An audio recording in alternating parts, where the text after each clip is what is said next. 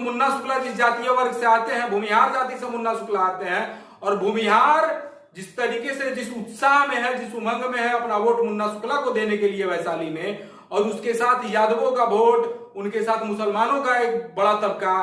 उनके साथ मल्लाहों का एक बड़ा तबका जिस तरीके से जुड़ता हुआ नजर आ रहा है, तो मुन्ना शुक्ला का राह बहुत ही आसान है वैशाली। सभी को नमस्कार, मेरा नाम है सुजय कुमार। भगवान महावीर की जन्मभूमि और भगवान बुद्ध की कर्मभूमि और अपने अंदर सैकड़ों हजारों वर्ष का एक विरासत समेटा हुआ ये क्षेत्र पारू, बरुराज, मीनापुर, साहेबगंज, कांटी और वैशाली से मिलकर 6 विधानसभाओं से मिलकर बना हुआ ये लोकसभा क्षेत्र वैशाली लोकसभा, जिसका अपना एक गौरवशाली इतिहास हुआ करता था। यहीं से मनरेगा जैसी योजनाओं को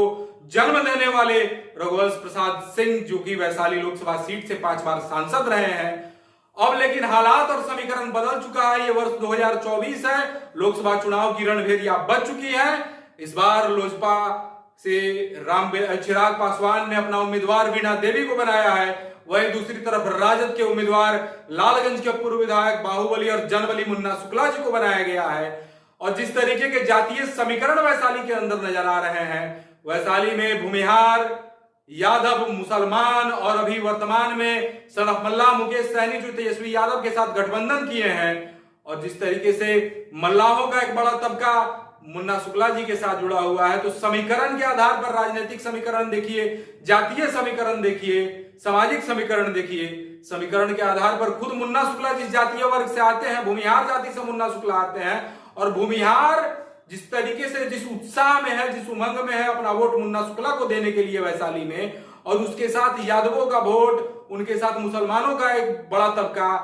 उनके साथ मल्लाहों का एक बड़ा तबका जिस तरीके से जुड़ता हुआ नजर आ रहा है, तो मुन्ना शुक्ला का राह बहुत ही आसान है वैशाली लोकसभा सीट पे। और वर्तमान सांसद से जो लोग नाखुश हैं, वर्तमान सांसद की जो कार्यशैली रही है, वर्तमान सांसद क्षेत्र में नजर नहीं आते थे,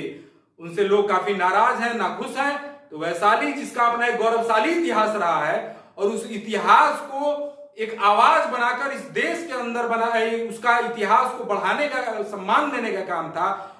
इस सम्मान को देने में वीणा देवी काफी पीछे रह गई है। लोग यहाँ पे बहुत नाखुश हैं, और जिस तरीके के समीकरण, जिस तरीके के हालात नजर आ रहे हैं, जिस तरीके का जातीय समीकरण देखा जा रहा है, बिहार है तो जातीय समीकरण की बात होगी ही होगी, और जातीय समीकरण बिल्कुल मुन्ना शुक्ला के पक्ष में बैठता नजर आ रहा है। और जो हालात अभी वर्तमान में है, वीणा देवी से लोग नाखुश हैं, वीणा देवी के कार्यशैली से लोग नाखुश हैं, वीणा देवी क्षेत्र में नजर नहीं आती हैं, उनसे आम जनमानस नाराज है। तो इस बार वैशाली लोकसभा, जो कि इस बिहार चुनाव में सबसे बड़ा हॉट सीट निकल के आया है, मुन्ना शुक्ला इस चुनाव को जीत रहे हैं। बाकी आप अपना कमेंट बॉक्स में राय बताएं कि वर्तमान सांसद वीणा देवी ने वैशाली के अंदर कुछ कार्य किया है या नहीं किया है। वहीं दूसरी तरफ जो जातीय समीकरण को देखिएगा, तो वैशाली में भूमिहार, राजपूत, यादव, मुसलमान, मल्लाह,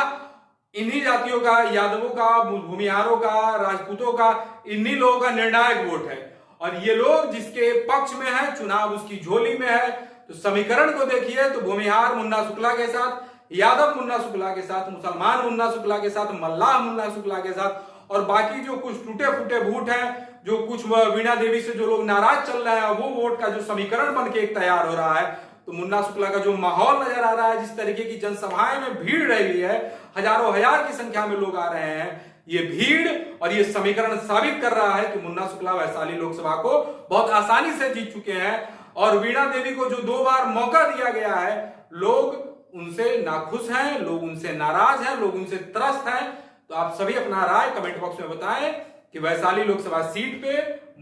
आप लोगों की नजर में कौन सा प्रत्याशी सबसे उचित है, मुन्ना शुक्ला या वीणा देवी।